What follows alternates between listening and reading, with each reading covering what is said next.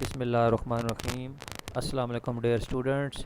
Today my lecture is on eigenvalues and eigenfunctions of SL system.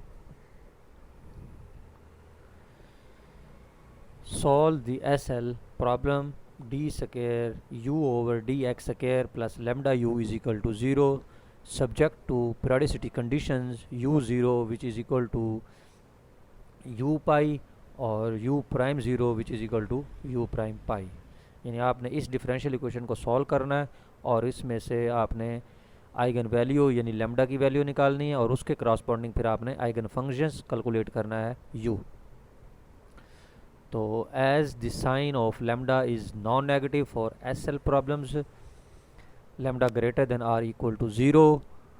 तो क्योंकि हम जानते हैं एसएल सिस्टम की प्रॉपर्टी कि उसमें जो आइगन वैल्यूज़ होती हैं वो हमेशा greater than or equal to zero होती हैं, या तो ज़ीरो होगी या तो greater than equal to zero होगी।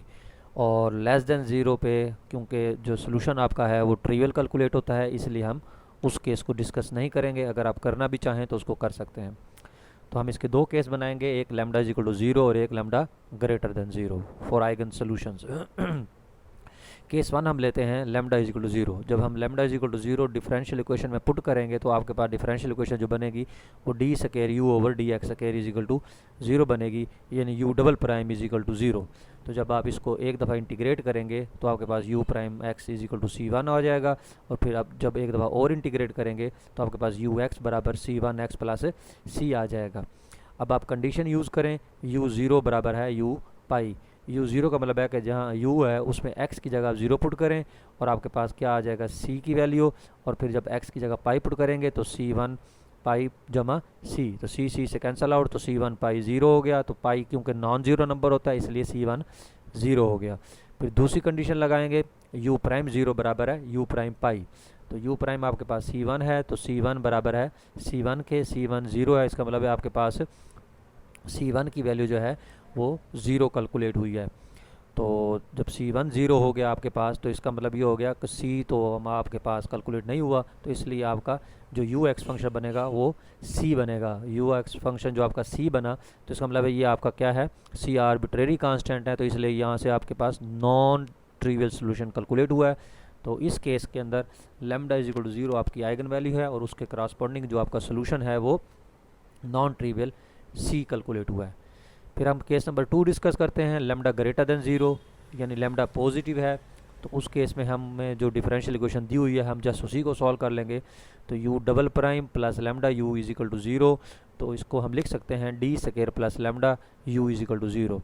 क्योंकि u नॉन ज़ीरो है यानी आपका नाउन फंक्शन है, यानी इसकी करेक्टरिस्टिक इक्वेशन जो बनेगी वो बनेगी D square plus lambda is equal to zero. तो यहाँ से डी स्क्वायर की वैल्यू माइनस लैम्डा आएगी और माइनस को लिख सकते हैं आप एओर्टा का स्क्वायर लैम्डा, और फिर उसके बाद d की वैल्यू निकल आएगी प्लस माइनस एओर्टा लैम्डा स्क्वायर रूट। यानी आपके पास जो रूट्स आए हैं वो कम्प्लेक्स आए हैं। जब रूट्स कम्प्लेक्स होते हैं तो सोल्यूशन आपके पास ट्रिग्नोमेट्रिक फॉर्म का होता है। तो जनरल सोल्यूशन आपका जो बनेगा वो बनेगा c sine lambda under root x plus d cosine lambda square root x.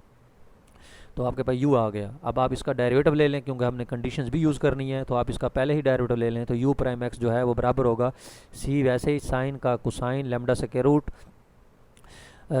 Cosine lambda square root x, और लैम्डा स्क्वायर रूट एक्स का डेरिवेटिव जो है वो लैम्डा स्क्वायर रूट आएगा। फिर कोसाइन का minus sine lambda square root x और lambda square root X का लैम्डा स्क्वायर रूट डी वैसे ही। अब आप कंडीशन यूज़ करें, u ज़ीरो बराबर है u पाई के, तो यानी जहाँ जहाँ u फंक्शन में x है वहाँ ज़ीरो पुट कर दें तो आपके पास आ जाएगा sine zero zero cosine zero one, तो ये आएगा d बराबर है u पाई, यानी जहाँ जहाँ x है वहाँ पाई पुट कर दें तो ये बराबर हो जाएगा c sine lambda root pi और कोसाइन लैम्डा स्क्वायर रूट पाई।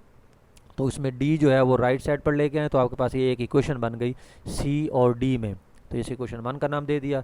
अब दूसरी इक्वेशन यूज़ करें, conditions u prime zero is equal to u prime pi. तो u प्राइम आपने क्योंकि कैलकुलेट किया उसमें आप जब ज़ीरो पुट करेंगे तो आपके पास क्या आ जाएगा, कोसाइन ज़ीरो वन होता है तो ये c लैम्डा स्क्वायर रूट आ गया, और उसके बाद यहाँ आपके पास जब पाई पुट करेंगे तो c lambda square root cosine lambda square root pi और minus d lambda square root sine lambda square root pi आ गया। तो इसमें इधर भी c है इधर भी c है, तो इस c को आप राइट साइड पर ले आएँ तो ये c कॉमन आ जाएगा, तो ये हमारे पास इक्वेशन नंबर 2 बन गई है। अब आपके पास देखें यहाँ से क्योंकि वैल्यू कैलकुलेट नहीं हो रही, क्योंकि लैम्डा भी आपके पास अननोन है। हम एक रिज़ल्ट जानते हैं अलजेब्रा में कि आपके पास अगर होमोजीनियस लीनियर इक्वेशंस हों, तो अगर आपने उसका नॉन ट्रिवियल सोल्यूशन लेना है तो हम क्या करते हैं, उसका डिटर्मिनेंट ज़ीरो के बराबर रख देते हैं। तो हमने क्या किया, उसका डिटर्मिनेंट ज़ीरो के बराबर रख दें या इसमें से कैलकुलेट करें। उन्होंने क्या किया, इक्वेशन 1 को मल्टीप्लाई कर दिया कोसाइन लैम्डा स्क्वायर रूट -1 से, यानी कोफिशिएंट इक्वल करेंगे वो।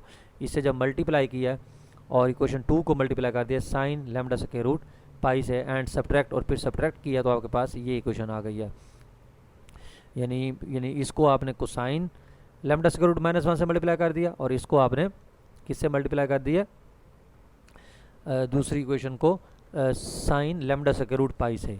तो यानी ये दोनों हमारे पास टर्म्स कुछ सेम हो जाएंगी, सी वाली टर्म कैंसिल हो जाएगी, आपके पास डी कॉमन आ जाएगा।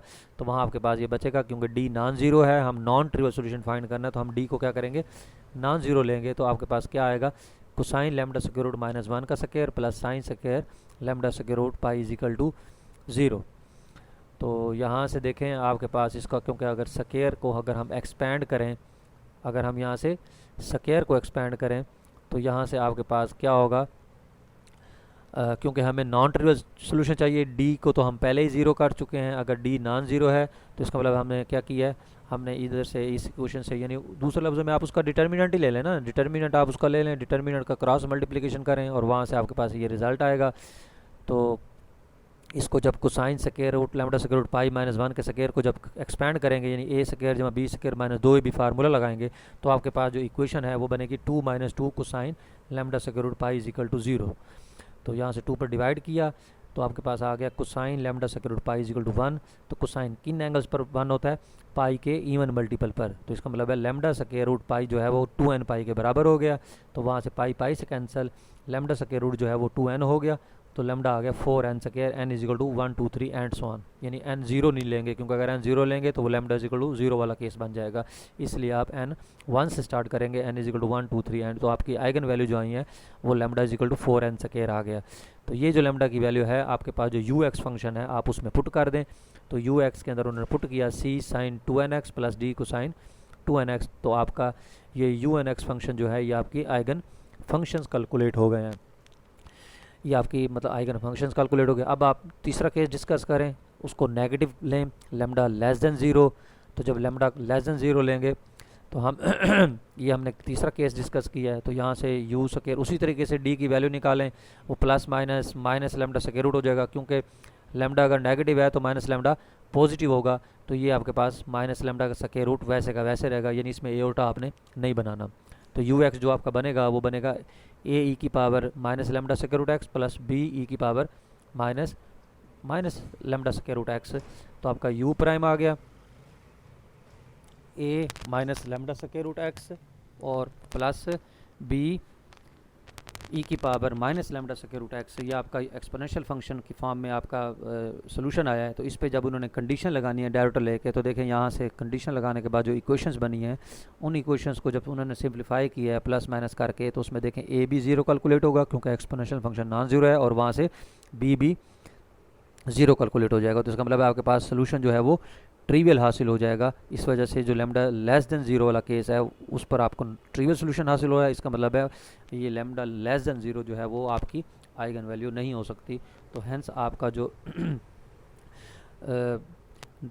नॉन ट्रिवियल सोल्यूशन जो कैलकुलेट हुआ है, यानी आइगन फंक्शन जो कैलकुलेट हुए हैं वो आपके कैलकुलेट हुए हैं यू एन एक्स बराबर है C N sine 2nx plus D N cosine 2nx। तो मतलब कोई भी प्रॉब्लम आपके पास आ जाए, आपको जस्ट इसमें दो चीज़ें याद होनी चाहिए कि आपको डिफरेंशियल इक्वेशन किस तरीके से सॉल्व करना है और होमोजीनियस डिफरेंशियल इक्वेशन किस तरीके से सॉल्व करनी है, नॉन होमोजीनियस को किस तरह सॉल्व करना है, कांस्टेंट कोफिशिएंट डिफरेंशियल इक्वेशन को किस तरह सॉल्व करना है, वेरिएबल कोफिशिएंट को किस तरीके से सॉल्व करना है। यानी ये आपको पॉइंट्स क्लियर हों, उसके बाद कोई भी डिफरेंशियल इक्वेशन आ जाए सब्जेक्ट टू डिफरेंट कंडीशंस के करस्पॉन्डिंग आपके पास डिफरेंट आइगन वैल्यूज़ और डिफरेंट आइगन फंक्शंस कैलकुलेट होंगे। मेथड उनमें यही होगा।